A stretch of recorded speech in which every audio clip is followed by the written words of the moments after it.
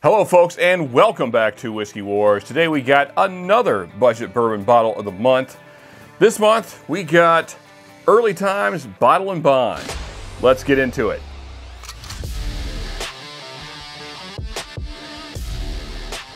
All right, here's our budget bottle for the month. For all you budget folks out there wanting great whiskey on a budget.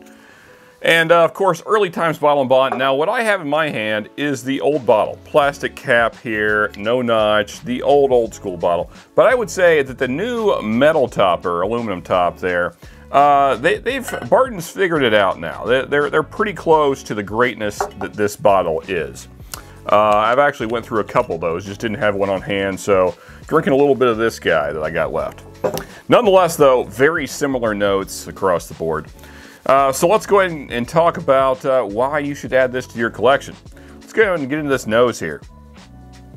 Man, just super desserty on the nose. Rich caramel, nice brown sugar note. There's just a hint of like a cherry note in there as well. I would say you get more cherry on this than you do banana.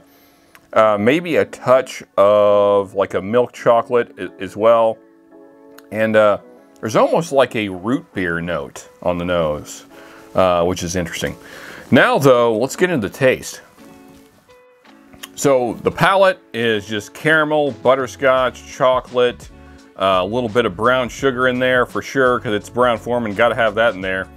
There's also like a red apple note that I got on the palate there as well, so like a caramel covered red apple. That's always tasty. Yeah, man, that's just good stuff. A little bit of chocolate there hanging out, a little cinnamon punch also in there, a little spice kicking in, and nice char notes, nice deep char notes, which I like. A good oak presence. That's a tasty first sip. Let's go sip number 2 though and talk about that finish. You know, just kind of comparing this in my mind to, say, the Old Forester 100, I would say the finish on the Early Times Bottle and Bond is a little nicer. It lacks the harshness that the Old Forester 100 has. Now, on the palate, you know, I would say it's personal preference. You know, whereas this has the cherry and a little bit of an apple going on, the Old Forester has more of a banana note.